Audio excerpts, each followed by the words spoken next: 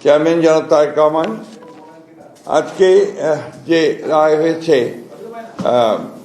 আপনার মানবতা বিরোধী অপরাধের আদালতে, সেই বিষয়ে আমরা আমাদের প্রস্তাব অফিসিয়ালি যেটা গৃহীত হয়েছে সেটা আপনাদেরকে আমরা জানাচ্ছি।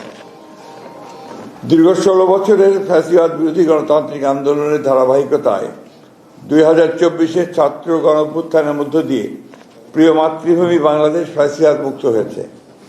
এই দীর্ঘ রক্তাক্ত সংগ্রামে শত সহস্র বিরোধী দলীয় রাজনৈতিক নেতাকর্মী সহ সমাজের সর্বস্তরের অসংখ্য নাগরিক গুম, খুন, বিচার বহির্ভূত হত্যাকাণ্ড, হামলা, মামলা, নির্যাতন, নিপীড়ন ও অবর্ণনীয় দুর্ভোগের শিকার হয়েছে। অবশ্যই ছাত্রগণ অভ্যুত্থানে ছাত্র জনতা, শ্রমিক, নারী, শিশু সহ সহস্রাধিক নাগরিকের আত্মদান, অন্ধত্ব, চিরপঙ্গুত্ব বরণের মধ্য দিয়ে ইতিহাসে জঘন্যতম ফ্যাসিস্ট শেখ হাসিনা আওয়ামী বাকশালী শাসন আমলের পতন হয়েছে। সারা বিশ্বের জনমত এবং বাংলাদেশের জনগণের দাবি ও প্রত্যাশা ছিল যারা পতিত স্বৈরাচার ও তার দোসরদের মানবতা বিরোধী ও নৃশংস জঘন্য হত্যাকাণ্ড এবং গণহত্যায় অপরাধের বিচার হয়।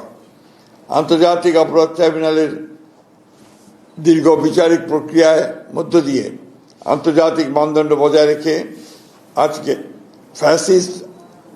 আওয়ামী ফ্যাসিস্ট শেখ হাসিনা তার 2 দোসরের বিরুদ্ধে রায় ঘোষিত হয়েছে। এই রায়ে ন্যায় বিচার প্রতিষ্ঠা হয়েছে।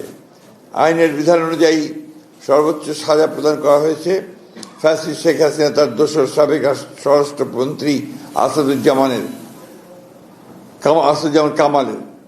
পুলিশের সাবেক আইজিপি চৌধুরী আব্দুল্লাহ মামুনকে বিচারিক প্রক্রিয়ায় সহযোগিতার কারণে প্রাপ্য সাজা কমিয়ে 5 বছরের কারাদণ্ড প্রদান করা হয়েছে।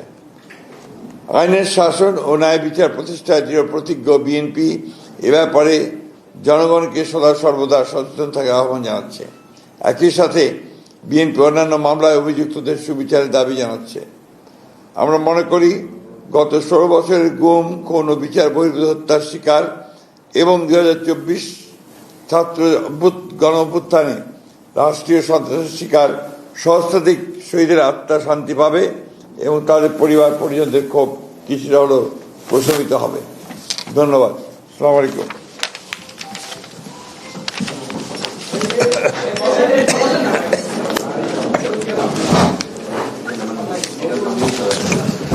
Thank